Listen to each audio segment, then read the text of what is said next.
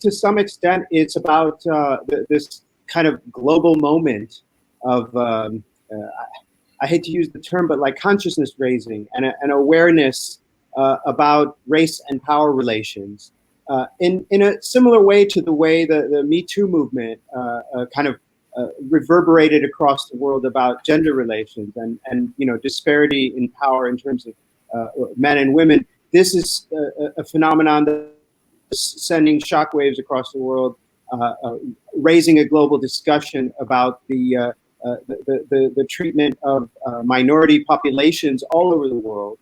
And I think it's an interesting moment.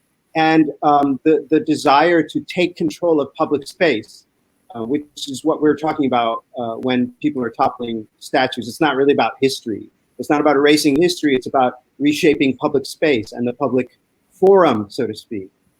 That's what is really taking place, in my opinion. Yeah, reclaiming public space, you say, but there are those who wonder if it is erasing history.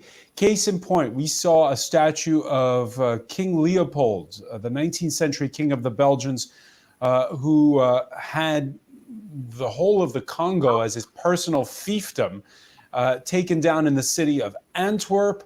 That has sparked a conversation in Belgium. It's also sparked a conversation in Kinshasa. Pas une bonne idée, parce que il faut tenir compte de l'histoire.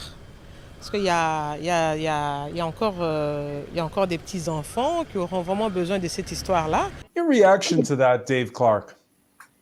Well, actually, another Leopold statue came down just last night in Oudegem, in a suburb of Brussels. There's been a few either daubed with paint or brought down in the past few days.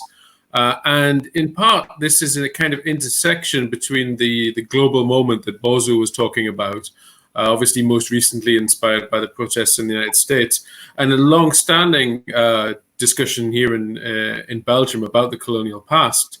So obviously, the lady you just spoke to in Kinshasa reflects the view of some people here in Belgium as well, where people think this is it's a mistake to erase history.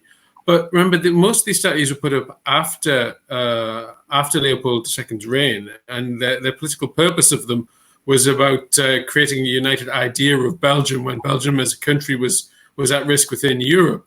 And the Belgium's particular history in the Congo has always been controversial here, and particularly with young people of African descent, who's obviously a British guy speaking to a French television channel has got to be careful not to imply that Belgium is particularly worse than the other European empires. But Leopold was very personally connected with what happened in the Congo.